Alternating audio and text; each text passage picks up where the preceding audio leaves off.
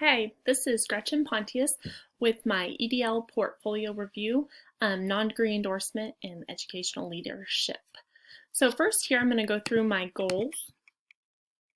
My goals are mainly centered around finishing this endorsement and gaining an administrative position. I plan to join a professional learning community to ensure lifelong learning, and then also motivate teachers and improve the school morale while increasing student achievement through engagement. Personally, I want to continue to build positive relationships and create and foster excitement for learning, increase student motivation through activities and projects, and then I would also like to run a marathon.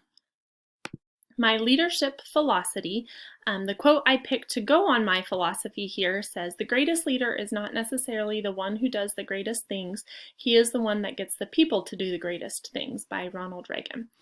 This is something I truly believe and live by. I think all great leaders, you can tell how great they are by who around them is achieving great things.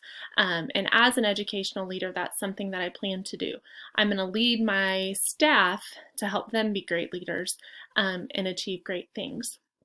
I also, in my philosophy, have included that I believe all children can learn. It's my responsibility to help them get to that point. I believe in establishing a collaborative learning culture. I believe in building and sustaining positive and productive relationships.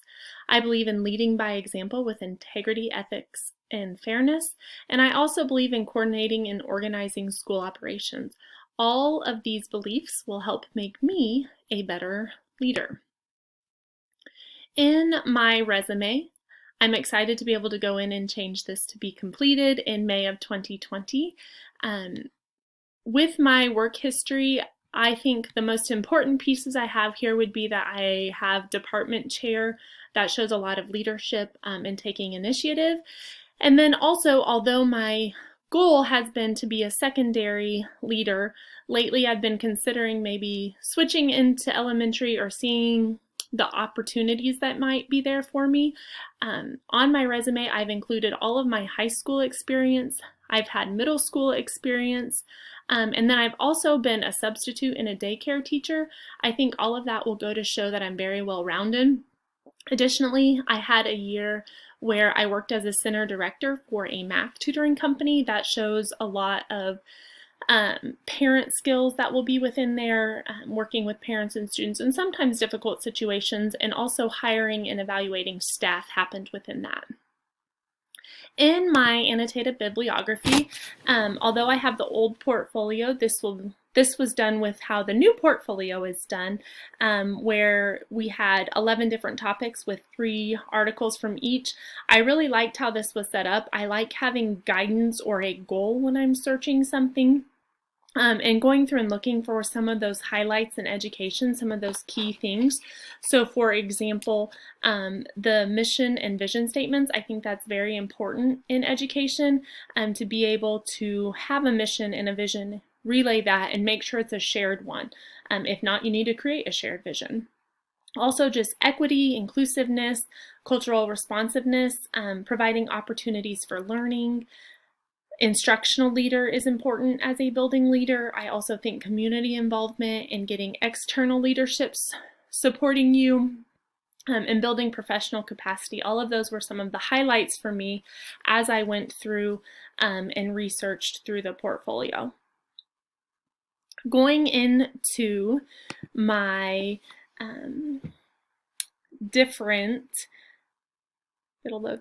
Going into the different hours that I reached throughout all of this. First with my district, there were multiple different things that I have done here. One, or some of the most powerful that I've included, would be the vision and mission statement assignment. I went through, I did the assignment, and then I shared it with one of my administrators, Mr. Skilly.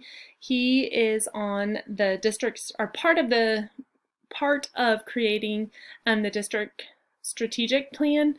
So discussing it with him, going through, talking about things was very beneficial for me, and I am hoping that in 2022, when our strategic plan is up and we're creating a new one, that I will be able to be part of that process. I also am sharing my special education liability form infographic. I shared this with Mr. Trainer, a middle school administrator. We talked about it and its pros and cons last summer. Also, my FERPA presentation, I used this with Mrs. Nikki Seeley. She is, in July, will be the director of special services in our district. Right now she's an assistant director. Went through and talked about it and discussed the possibility of using this or creating a new one for staff training to ensure that everyone's on the same page there. The one that this one would be then vertical alignment meetings, just ensuring curriculum is aligned through different grade levels. Then the one that is most exciting for me and the most recent would be I went through and I joined the Derby's Continuous Learning Task Force during the COVID-19 pandemic. With this as we went through, we took KSDE's continuous learning guidelines and kind of adapted them to our students in our district and our needs. I put 6 hours on here because that's when I stopped logging them, but I've done lots of work with it since then, ensuring it's up to date. We targeted then within that, how we would communicate with parents and students throughout. So that one has been very exciting. I was very honored to be part of that task force. Within elementary, I also did multiple different activities. A few of them that I'll highlight here would be that I went through and created a behavior tracker for one of our elementary principals. I worked closely with her last year a few times, and throughout the summer she had me helping her do different things. With this particular tracker, she kind of gave me an idea of what she wanted, and then I went out and researched and found ways that I could adapt it to her needs. I shared it with her and changed it a little bit to make sure it was what she was looking for. I also, for community and external leadership, I organized the back to school night for the 2019-2020 school year. I coordinated with the Derby High School drumline major and band director and got them to be at our back to school night. I also contacted Rock and Rico's, a snow cone van that came and provided snow cones at it. Building that community involvement was fun and very rewarding for me.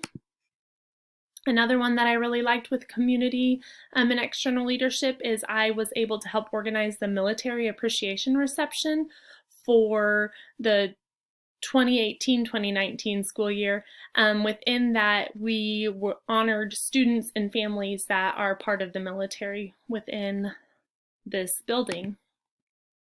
I also was able to work as part of the Stone Creek Elementary or work within those construction meetings. I was able to tour the job site and be part of some of the discussions, discussing different finishes within the school. For example, some of the things that we talked about, besides the big essentials, which I didn't have a lot to input on, but like paralockers, students' tables and chairs, finishes like that. So that was very eye-opening for me as a future building leader. Also within this, I was able to do walkthroughs and observations in multiple different classrooms while I was with Mrs. Rusher. This is important because this is something that we don't do a ton of until you're an administrator. So that was good for me.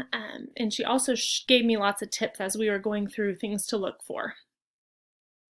Within secondary, the item that I did that was the most time consuming, but also I know that will help me tremendously, is I went through and I analyzed different schools that are similar to Derby High School, their class sizes and staff counts, so that we could justify to our Board of Education why we need more teachers within our high school based on our class size within our building. Within that, the research behind it took a long time, reaching out to different schools and getting all of that material. But it was for the betterment of the school and how we could implement that to solve a problem that we're having. I also attended multiple at-risk meetings for students. Again, this is beneficial because I'm used to seeing it from the teacher side, and then I got to look through it through the lens of an administrator. Additionally, to help with learning and instruction, I coordinated the state assessment schedule. With that, going through and ensuring all classes were covered, that there were enough students within each testing, and who was going to be in there to help proctor the test. With COVID-19, this didn't take place this year, but we were ready to go the week after, or 2 weeks after spring break. I also help coordinate a 10% list where we're trying to help students looking at their state assessment scores. If they're at a level 2, move to a 3, and a 3, move to 4. So we're working with our lower kids and our higher kids, trying to help them reach the next level. Then one of the most beneficial things that I did secondary, or another one of them, would be I was able to attend a PLC training. This will help me as a building leader because it will help me implement it within my building and help them, if it's already there, help the staff to really utilize it so that it will improve our teaching. I also was fortunate enough to make the master schedule multiple different times. I put 2 years on here. That, though, is a beast itself, and it's always fun for me to see how it all falls and to make sure it works out.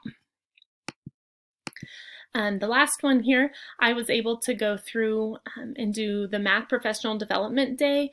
With this, I organized it. I went through and ran it then. That's important for me as a building leader because it's something that I will be doing a lot of in the future.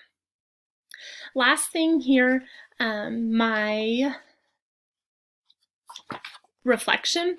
Throughout my reflection, my exploration stage here, kind of some prejudgments I had would be that administrators wore many hats. With building updates, I was curious if that was all on the administrator, if that was more district, especially with the bond issue we just had pass. And then I also was afraid that these hours would be hard to reach. During my explanation stage then, talking about these prejudgments, I did learn or confirm that administrators wear many hats, and a lot of them can move flawlessly from one task to the next. I learned that construction-wise, this administrators really are very hands-on in the front line of communication there.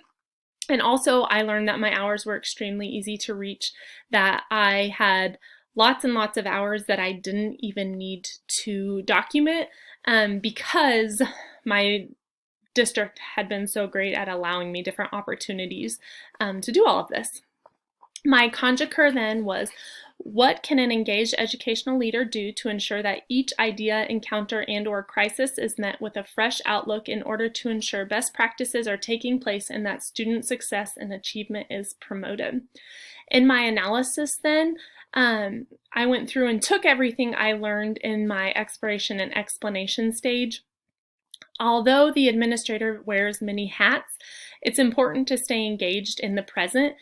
Take notes so that you can go back and look at things and revisit it when needed, and it's also important to keep things in perspective. Sometimes an issue isn't as large as it seems, or sometimes the issue is larger. They also encouraged me to always leave work at work. It would make me better mentally.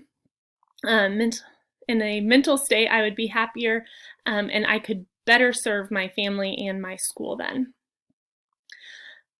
With this then, going on into the synthesis stage, building relationships is extremely important. It's also very important to be flexible. This was learned prior to this, but during COVID-19 that was shown even more. I also think it's important to create and maintain a shared vision with all stakeholders.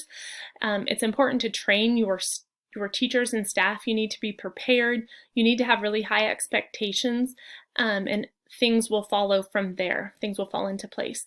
As a building leader, I need to make sure I'm well versed in ed law, sped law and policies, finances, community involvement, and I need to continue to work to strive for good staff supervision and evaluations.